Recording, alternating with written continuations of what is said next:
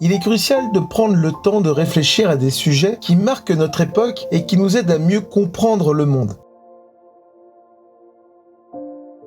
Car après tout, qui aurait besoin de vivre en harmonie avec les autres et la nature ?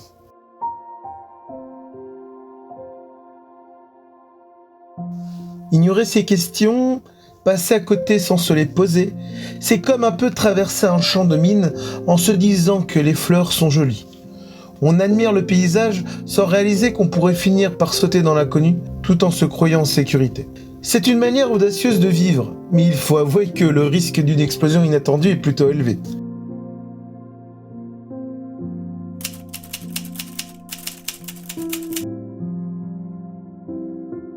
Les défis sociétaux et la santé publique, voilà un cocktail explosif. En tant que citoyens et citoyennes, nous sommes souvent les enfants de parents vieillissants dont nous aurons peut-être la charge, ce qui nous prépare à une charge émotionnelle non négligeable. Ajoutez à cela nous-mêmes, avec peut-être un ou une partenaire de vie qui navigue dans le tumulte d'un monde hyper connecté, où les courses quotidiennes se transforment en un marathon stressant, et vous obtenez une recette pour le burn-out, la fatigue et pourquoi pas une petite dépression. Sans oublier que nous sommes aussi les parents d'enfants que nous voulons voir s'épanouir dans un environnement et des repères bienveillants, et tout en respectant qu'ils ne soient pas dans la morosité ambiante.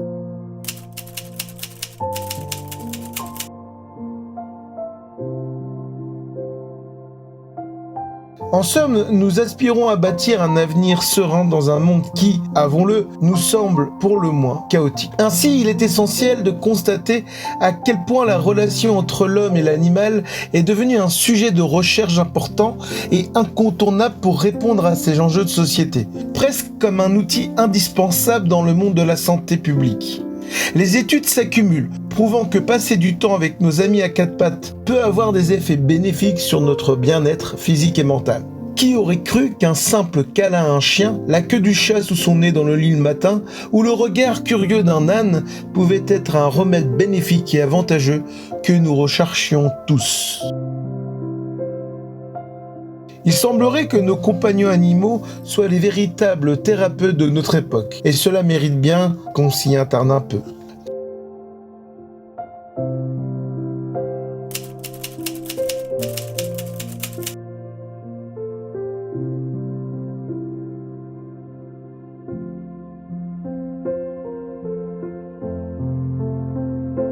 Avez-vous pu déjà vivre le doux silence apporté par la présence d'un âne ? Qui aurait cru qu'un animal à l'air si stoïque pouvait offrir une telle sérénité ? C'est comme si, dans son monde de broutage et de rêverie, il nous invitait à ralentir et à apprécier le moment de présence. Après tout, qui aurait besoin de méditation guidée quand on peut simplement s'asseoir à côté d'un âne et profiter de son air pensif ? L'âne, avec sa nature singulière, ses manières de fonctionner et son histoire intimement liée à l'humain, mérite amplement son rôle de médiateur dans les activités de relations animales. Depuis une vingtaine d'années, les projets de médiation asine se sont bien structurés, nécessitant des compétences pointues dans le domaine, ainsi qu'un accompagnement spécialisé pour faciliter les interactions entre l'homme et l'animal. Les structures qui accueillent ces charmants quadrupèdes adaptent leurs activités aux besoins des personnes qu'elles reçoivent, offrant une palette d'expériences allant de la mise en lien à des mobilisations motrices, que ce soit en statique ou sur des parcours aménagés. En prime, un matériel spécifique tirant parti des talents et de portage de traction de l'âne enrichit les sensations et l'exploration de nouveaux horizons pour ceux dont la mobilité est limitée. Bien sûr, le bien-être animal est au cœur des préoccupations des praticiens et des praticiennes, ce qui implique une recherche constante pour garantir que nos amis à grandes oreilles soient aussi heureux que ceux qu'ils accompagnent.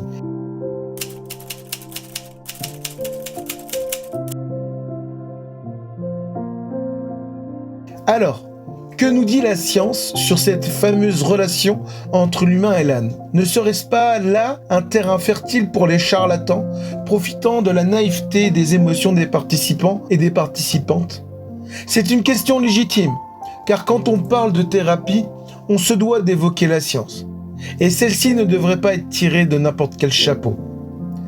La littérature scientifique sur les ânes est, avouons-le, aussi rare qu'un âne qui chante. Tentons donc d'explorer cette thématique avec un regard objectif, en nous basant sur des certitudes scientifiques plutôt que sur des croyances. Bien que notre approche soit incomplète et qu'elle peut être frustrante, l'objectif est de dresser un panorama qui pourrait éclairer les enjeux sociétaux et de santé publique. Après tout, si nous pouvons contribuer à la solution, nous avons aussi notre part de responsabilité dans cette réflexion. Prenons par exemple l'étude menée en 2024 par Plotine Jarda, qui propose une approche cognitive fascinante de la relation entre l'homme et le cheval, tout en plaçant le bien-être animal au cœur de ses préoccupations.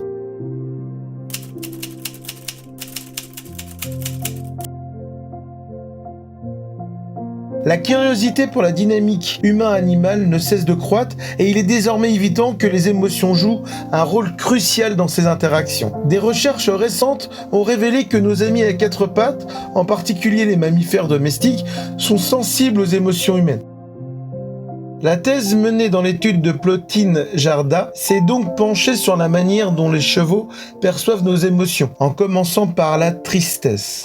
À travers une étude utilisant un écran tactile, les chevaux ont démontré leur capacité à distinguer les expressions faciales humaines. Mais ce n'est pas tout. Une expérience intermodale a révélé qu'ils semblent également reconnaître la joie et la tristesse de manière simultanée. En explorant la dimension olfactive, Plotine Jarda a découvert que les chevaux peuvent différencier les odeurs humaines associées à des émotions de joie ou de peur et qu'ils les traitent de manière distincte. Fait intéressant, l'exposition à des odeurs liées à la peur a entraîné des réactions de peur amplifiées chez les chevaux. En somme, ces résultats suggèrent que nos compagnons équins perçoivent des subtilités dans nos expressions émotionnelles, qu'elles soient faciales, vocales ou olfactives, et que ces perceptions influencent leurs propres émotions.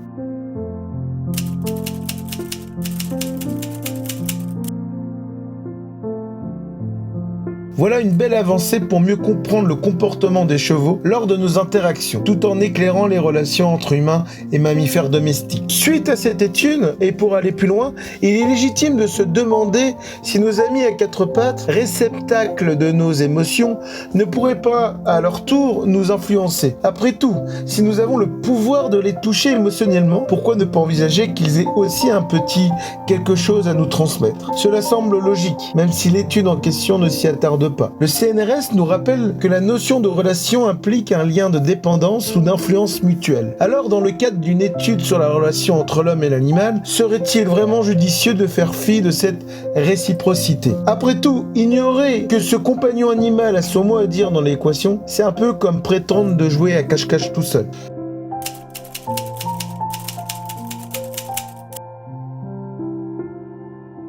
À ce stade, il est vrai qu'il nous faut souligner un point intéressant. L'étude présentée ici démontre que les chevaux captent nos émotions. Mais ce ne sont pas des ânes, ce n'est pas la même espèce. C'est une observation pertinente et qui tombe à pic. Essayons donc de construire des ponts qui, espérons-le, respecteront les règles de la science, ou du moins qui respecteront la logique et les fondements d'un raisonnement solide à partir d'éléments scientifiques. Ainsi, les chevaux forment-ils une seule et unique espèce? Et qu'en est-il des ânes? Sont-ils de la même famille? Voilà un sujet qui pourrait faire débat, mais tentons d'y répondre sans trop de chichi. En réalité, chevaux et ânes appartiennent à la même famille, les équidés, mais ils ne sont pas tout à fait identiques. Alors, qu'on soit team cheval ou team âne, l'important, c'est de ne pas se perdre dans les détails et de garder à l'esprit que, malgré leurs différences, ils partagent un patrimoine génétique commun.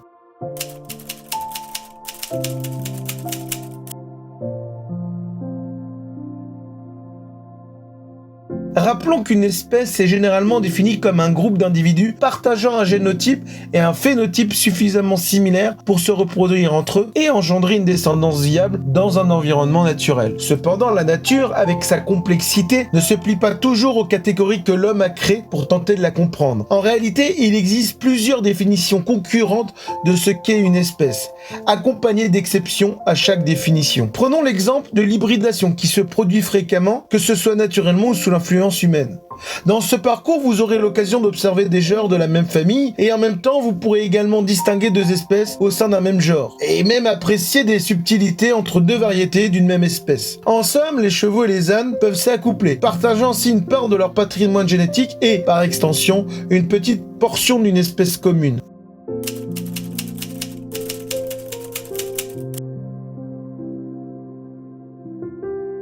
Les équidés, cette grande famille de mammifères est composée de 8 espèces sauvages actuelles et toutes regroupées sous le genre Equus. On y retrouve les stars, chevaux, ânes, zèbres. Ces animaux, membres de l'ordre des périssodactyles, se distinguent par leur unique doigt protégé par un sabot, ce qui les rend un peu spéciaux dans le monde des ongulés. Ils se baladent fièrement dans les prairies et savanes d'Afrique, mais aussi dans les montagnes arides d'Asie, prouvant qu'ils ont un goût prononcé pour les paysages variés.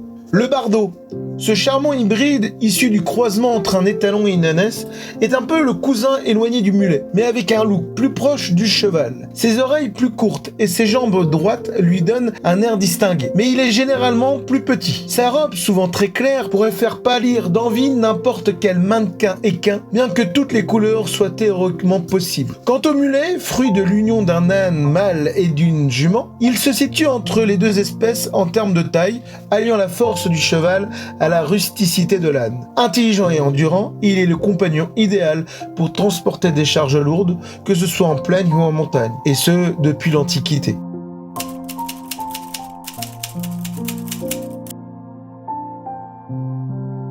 Qui aurait cru que ces animaux si différents pouvaient n'en former qu'un? Peut-on vraiment imaginer qu'en dépit des différences indéniables, le fait que le cheval et l'âne puissent se reproduire l'un avec l'autre suggère un lien biologique solide? En conséquence, cela pourrait signifier que, tout comme les chevaux, les ânes partagent un certain mécanisme pour traiter leurs émotions, que ce soit par des expressions faciales, des expressions vocales et même des odeurs. En prenant en compte les résultats de l'étude présentée précédemment, le lien biologique entre les équidés et notre retour d'expérience dans l'éducation et l'accompagnement quotidien de nos amis à grandes oreilles et notre expérience qui s'étend à un large éventail auprès d'une multitude de publics allant des plus jeunes aux plus anciens, porteurs d'handicaps visibles ou invisibles, nous permettons donc de proposer l'approche qui suit. Bien que nous agissons de bonne foi, nous sommes pleinement conscients des biais cognitifs émotionnels que nous apportons à ce travail lié à notre vie avec eux. Plus nous approfondissons notre réflexion, plus la rigueur scientifique pourra être un sujet de débat. Nous sommes donc prêts et disposés à formaliser cette réflexion dans des protocoles rigoureux qui pourraient la valider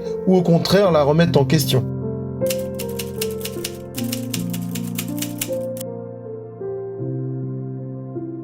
L'âne, ce compagnon domestique aux allures de sage, possède une double empreinte qui le rend à la fois curieux et réceptif aux leçons de l'humanité. Sa nature lui permet de s'inviter au cœur des échanges tout en tirant parti de ses compétences héritées de la vie sauvage, ce qui en fait un atout précieux en médiation animale. Avec une sensorialité aiguisée, il explore son environnement avec un toucher actif, transformant chaque rencontre en une danse de curiosité et de réciprocité. En plus de cela, l'âne est un véritable artiste de la communication, utilisant une palette d'attitudes et de sons pour exprimer ses humeurs, nous offrant ainsi un aperçu de son état d'esprit essentiel lors des séances de médiation. Dans son groupe social, l'absence de leader lui a appris à compter sur lui-même, rendant ses interactions d'autant plus fascinantes. Sa mémoire, mise en avant par l'éthologue Jean-Claude Barret, lui permet de se souvenir des expériences passées, favorisant les liens profonds avec les humains. En somme, l'âne est un maître en la matière, capable de transformer des situations de blocage en opportunités d'épanouissement.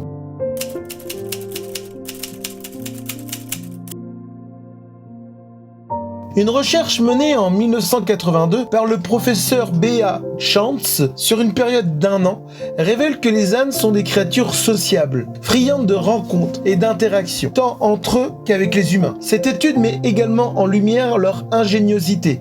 Face à un obstacle, ces animaux rusés n'hésitent pas à contourner le problème. Un âne, bien que lent à la détente, finira toujours par trouver un échappatoire pour rejoindre sa dulcinée ânesse, même si cela implique de jouer les Houdini. Mais au-delà de leur réputation de bêtes de somme, qui perdure depuis plus de 3000 ans, c'est leur douceur et leur patience qui les rendent si précieux, notamment auprès des enfants, y compris ceux en situation de handicap. Peu importe le type d'handicap, il existe toujours une activité adaptée. Et même si les enfants montent sur le dos des ânes, il ne s'agit pas d'équitation ni de compétition, ce qui est un soulagement pour les petits. Ces ânes deviennent alors des confidents pour les jeunes autistes et autres enfants en difficulté, leur offrant un peu de réconfort grâce à leur nature apaisante.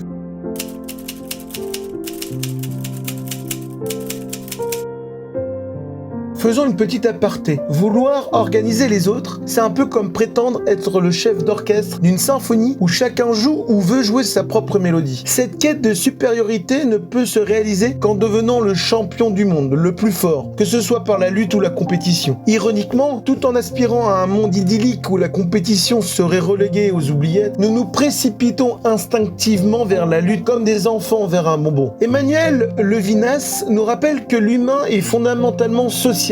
Mais cette socialité, comment l'avons-nous cultivée? Selon le neuropsychologue Nassim Elimari, notre penchant pour la vie en société est le fruit d'une évolution où l'entraide est un atout, un peu comme un super pouvoir contre les prédateurs, où l'entraide et la coopération constituent un avantage, assurant une meilleure protection et facilitant la recherche de nourriture. Cependant, vivre ensemble n'est pas un long fleuve tranquille. Comme le souligne Guillaume de Zécache, chaque individu jongle entre les bénéfices de la coopération et le risque de se faire piquer son sandwich. Ne nous attardons pas ici sur le rôle de la compétition dans nos sociétés, mais il est indéniable qu'elle façonne la psychologie des membres du groupe. Réduire la compétition, ou mieux encore l'éliminer, pourrait ouvrir la voie à une approche plus harmonieuse, un sujet à explorer plus en profondeur pour mettre en lumière, là aussi, de nouvelles vertus, de nouveaux atouts insoupçonnés de nos artistes du Brément.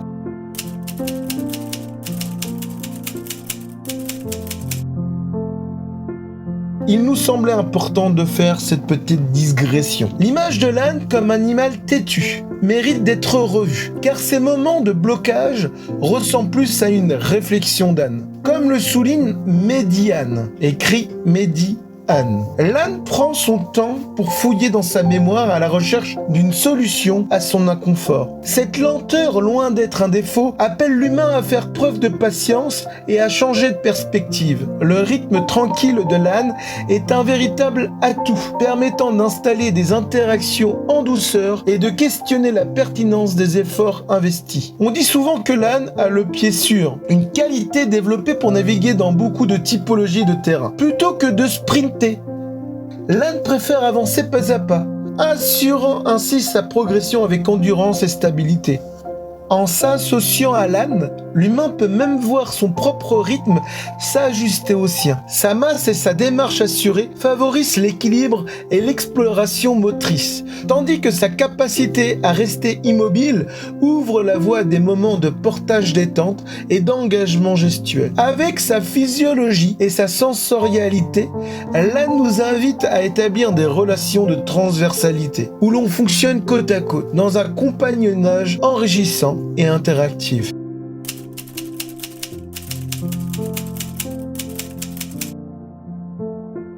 L'âne, ce sage à grandes oreilles, possède des compétences cognitives qui vont bien au-delà des simples mots. Grâce à ses capacités sensorielles, kinesthésiques et émotionnelles, il engage des interactions qui favorisent l'exploration de situations variées, qu'il s'agisse de mouvements, d'équilibre ou de posture. Ces échanges enrichissent non seulement l'âne, mais aussi la relation qu'il entretient avec les humains et son environnement. Les activités proposées s'adaptent aux objectifs du projet, qu'ils soient socio-éducatifs ou thérapeutiques, tout en évoluant au gré des séances et des surprises du moment. Bien sûr, tout cela dépend de la disponibilité de notre ami poilu et celle de son partenaire humain.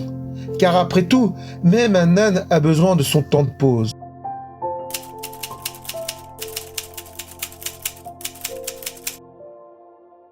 Pour conclure notre réflexion générale, nous voulions aborder 2 points essentiels. Premièrement, d'une part, l'âne, ce héros méconnu, a un rôle indéniable à jouer dans les enjeux sociétaux et la santé publique, notamment à travers la médiation animale qui renforce l'alliance thérapeutique entre le patient et l'animal en psychiatrie. Il est bon de rappeler que selon l'Organisation mondiale de la santé, 1/4 de la population mondiale souffre de troubles psychiques, des maux qui perturbent le quotidien de tout le monde. Par exemple, une autre étude indique que les ergothérapeutes peuvent utiliser les animaux pour faciliter la communication avec les patients. L'objectif de cette recherche est d'explorer l'impact de la médiation animale sur cette précieuse alliance thérapeutique. Un protocole de recherche a notamment été élaboré, bien qu'il n'ait pas encore été mis à l'épreuve, utilisant l'évaluation Working Alliance Inventory, WII, pour mesurer l'influence de l'animal sur la relation thérapeutique. Ce protocole vise à tester la l'alliance entre l'ergothérapeute, l'animal et le patient. Indiquons aussi que l'OMS et les scientifiques soulignent que les bénéfices de la médiation animale sur les personnes vulnérables.